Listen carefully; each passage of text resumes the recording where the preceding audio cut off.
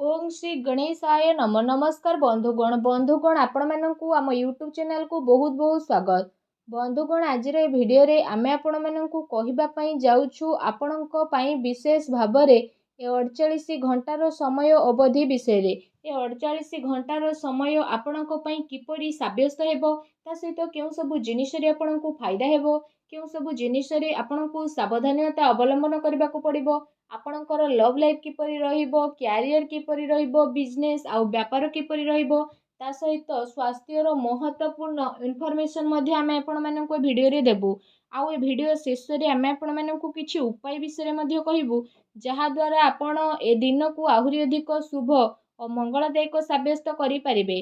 तो आगो को वीडियो आरंभ करबा पूर्व आमर आपणको रिक्वेस्ट कि जदि आपण हमर ए चैनल ले नुवा करि आछंती तो चैनल को सब्सक्राइब करंतु एवं सांगरे नोटिफिकेशन बेल को मध्य ऑन करंतु जहाद्वारा समय समय नुआ नुआ वीडियो नोटिफिकेशन आपको मिल जिवो।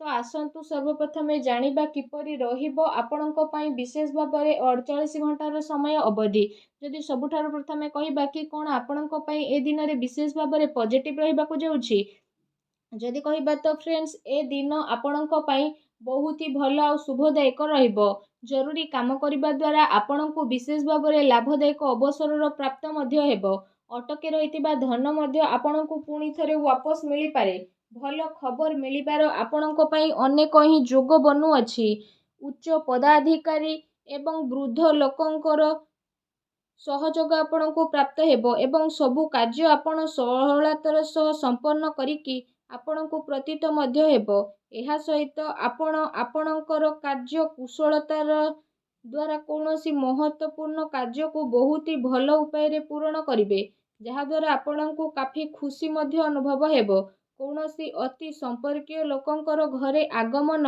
एवं हस परिहास रे आपणकर समय बीतित हेबा घरर माहौल को काफी खुशी भरा मध्य बनेई देबो निजर परिवार रो व्यवस्था बनेई के रखिबा पई जहा नियम आउ कायदा बना जाईछि तो से सब आपणको पई बहुत ही तारीफबान हेबो।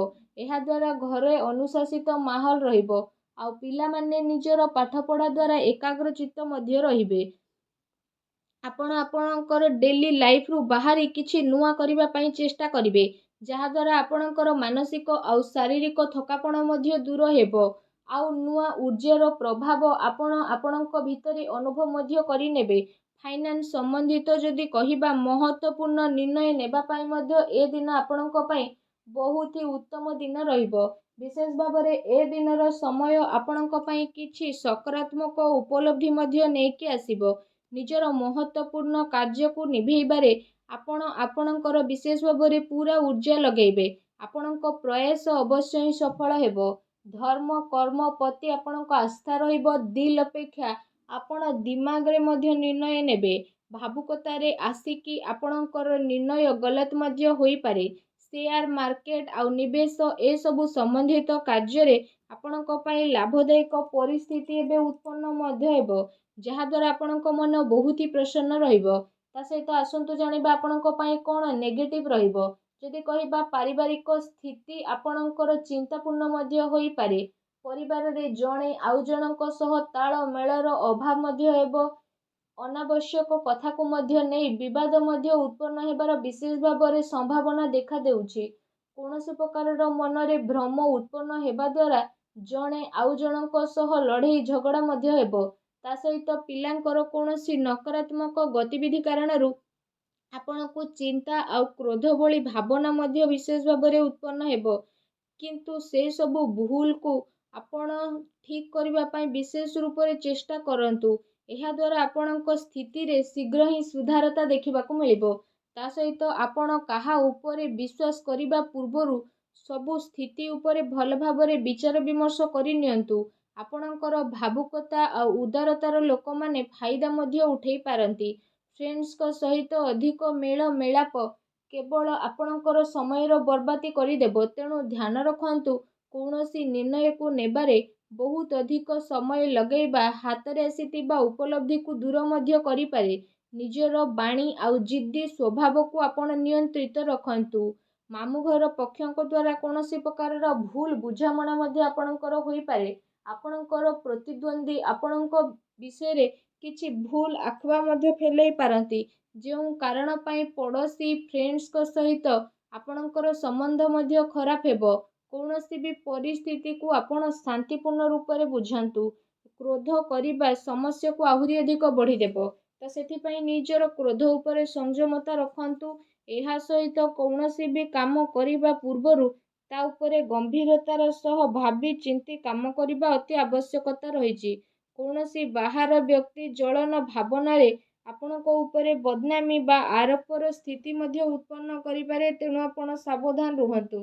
ଯଦି ଆପଣଙ୍କର ଲଭ୍ ଲାଇଫ୍ ବିଷୟରେ ଆମେ କହିବା, ତ ଏ ଦିନ ଆପଣଙ୍କର ଜୀବନ ସାଥୀ ଆପଣଙ୍କୁ ସବୁ କାର୍ଯ୍ୟରେ ସାହାଯ୍ୟ ସହଯୋଗ ପ୍ରଦାନ କରିବେ ଆଉ ସବୁ କଥା ଆପଣଙ୍କର ଶୁଣିବେ, ଯାହାଦ୍ୱାରା ଆପଣଙ୍କ ସମ୍ପର୍କରେ ସକାରାତ୍ମକ ପରିବର୍ତ୍ତନ ଆସିବ। ଆପଣଙ୍କ ପ୍ରେମ ଜୀବନରେ ଚାଲି ଆସୁଥିବା ସମସ୍ୟା ଏବେ ଆପେ ଆପେ ସମାପ୍ତ ମଧ୍ୟ ହୋଇଯିବ। ଆଉ ଜୀବନ ସାଥୀଙ୍କର ସକାରାତ୍ମକ ସହଯୋଗ ଆପଣଙ୍କୁ ଆତ୍ମବଳ ଆଉ ଆତ୍ମବିଶ୍ୱାସ ପ୍ରଦାନ କରିବ। ଆପୋଷିକ ସମ୍ବନ୍ଧରେ ଆହୁରି ଅଧିକ ଘନିଷ୍ଠତା ଦେଖିବାକୁ ମିଳିବ। ପିଲାଙ୍କର କିଲକାରୀ ସମ୍ବନ୍ଧିତ ସୂଚନା ମିଳିବା କାରଣରୁ ପ୍ରସନ୍ନତାପୂର୍ବକ ଘରେ ବାତାବରଣ ରହିବ ଏବଂ ପ୍ରେମ ସମ୍ବନ୍ଧରେ ଆହୁରି ଅଧିକ ଗମ୍ଭୀରତା ଦେଖିବାକୁ ମିଳିବ। ବୈବାହିକ ସମ୍ବନ୍ଧ ଠିକ୍ ରହିବ ଆଉ ପାରିବାରିକ ମାହୋଲ ଖୁସି ଭରା ରହିବ। କୌଣସି ପୁରୁଣା ମିତ୍ରଙ୍କ ଦ୍ୱାରା ମିଳିବା କାରଣରୁ ଯାତ୍ରା ସୁଖଦପୂର୍ଣ୍ଣ ରହିବ। ତା ସହିତ ଏ ଦିନ ଆପଣଙ୍କ ପ୍ରେମ ଜୀବନ ପାଇଁ ବହୁତ ହି ଭଲ ଦିନ ମଧ୍ୟ ରହିବ। ଏ ଦିନର ଆପଣଙ୍କୁ ଅବଶ୍ୟ ହିଁ ଲାଭ ଉଠାଇବାର ଅଛି। ଆସନ୍ତୁ ଜାଣିବା ଆପଣଙ୍କ ବ୍ୟବସାୟ ଆଉ କ୍ୟାରିୟର କିପରି ରହିବ। ଯଦି କହିବା କାର୍ଯ୍ୟ କ୍ଷେତ୍ରରେ ଆପଣଙ୍କର ଅତି ଆବଶ୍ୟକତା ରହିଛି, କାରଣ ଟିକେ ବି ଭୁଲ ବୁଝାମଣା କାରଣରୁ ମହତ୍ତ୍ୱପୂର୍ଣ୍ଣ ଅର୍ଡର ଆପଣଙ୍କ ହାତରୁ ବାହାରି ଯାଇପାରେ। ଚାକିରି ପେଶା ବ୍ୟକ୍ତି ବିଶେଷଙ୍କୁ ଧୈର୍ଯ୍ୟ ବନେଇକି ରଖିବାର ଆବଶ୍ୟକତା ରହିଛି, କାହିଁକି ନା ତାଙ୍କ ଉପରେ କାମର ଅଧିକ ବୋଝ ରହିବ ଏବଂ କାର୍ଯ୍ୟକ୍ଷେତ୍ରରେ କିଛି ନୀତିରେ ପରିବର୍ତ୍ତନ କରିବାର ଆପଣଙ୍କ ଆବଶ୍ୟକତା ରହିଛି। ସହଯୋଗୀ ଆଉ କର୍ମଚାରୀଙ୍କ ଗତିବିଧିକୁ ନଜରଅନ୍ଦାଜ ଆଦୌ ବି କରନ୍ତୁ ନାହିଁ। ଆପଣଙ୍କ ପିଠି ପଛରେ ଆପଣଙ୍କୁ କେହି ନୋକସାନ ପହଞ୍ଚାଇବା ପାଇଁ ଚେଷ୍ଟା କରିପାରେ। ସାଝେଦାରୀ ବ୍ୟବସାୟରେ ମାର୍ଗଦର୍ଶିତା ରଖିବା ଆପଣଙ୍କ ପାଇଁ ଅତି ଆବଶ୍ୟକତା ରହିଛି। କୌଣସି ପ୍ରକାରର ଅନୈତିକ କାର୍ଯ୍ୟକୁ କରିବା ଠାରୁ ଦୂରେଇ ରୁହନ୍ତୁ, କାରଣ ଏହାର ଖରାପ ପ୍ରଭାବ ଆପଣଙ୍କର ମାନ ସମ୍ମାନ ଉପରେ ପଡ଼ିପାରେ। ସେଥିପାଇଁ କୌଣସି ଅଜଣା ବ୍ୟକ୍ତିଙ୍କ ସହ କୌଣସି ଡିଲ୍ ଫାଇନାଲ ଆପଣ କରନ୍ତୁ ନାହିଁ। ଏହା ଆପଣଙ୍କ ପାଇଁ ବହୁତ ହି ଭଲ ରହିବ। ଏହା ସହିତ କାର୍ଯ୍ୟକ୍ଷେତ୍ରରେ ଚାଲି ଆସୁଥିବା କୌଣସି ପ୍ରକାରର ପ୍ରୋବ୍ଲେମକୁ ଆପଣ ଶାନ୍ତିପୂର୍ଣ୍ଣ ରୂପରେ ସୁଲଝେଇବାର ଅତି ଆବଶ୍ୟକତା ରହିଛି, କାରଣ ଏହା ଦ୍ୱାରା ଆପଣଙ୍କ ଆବଶରେ ଆସି ପରିସ୍ଥିତି ମଧ୍ୟ ବିଗିଡ଼ିପାରେ। ଅଧିକାରୀଙ୍କ ଦ୍ୱାରା ବାତଚିତ କରିବା ସମୟରେ ମାନସିକ ସ୍ଥିତି ଆପଣଙ୍କର ସାମାନ୍ୟ ବନେଇକି ରଖନ୍ତୁ। ଏହା ସହିତ ଏ ଦିନ ମାର୍କେଟିଂ ସମ୍ବନ୍ଧିତ କାର୍ଯ୍ୟ ଆଉ ବାହାର ଗତିବିଧିରେ ଆପଣଙ୍କର ବ୍ୟତୀତ ହେବ।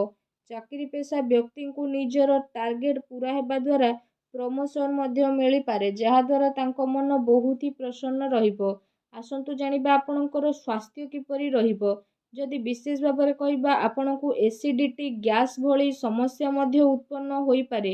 ଏମିତିରେ ନିଜର ଖାଦ୍ୟପେୟ ଉପରେ ଆପଣ ସଂଯମତା ବନେଇକି ବିଶେଷ ଭାବରେ ରଖନ୍ତୁ। ଏହା ସହିତ ନିଜ ସ୍ୱାସ୍ଥ୍ୟକୁ ଆହୁରି ଅଧିକ ଭଲ ରଖିବା ପାଇଁ ଆପଣ ପ୍ରତ୍ୟେକ ଦିନ ଯୋଗ କରନ୍ତୁ, ବ୍ୟାୟାମ କରନ୍ତୁ, ସୂର୍ଯ୍ୟଙ୍କୁ ଜଳ ଅର୍ପଣ କରନ୍ତୁ।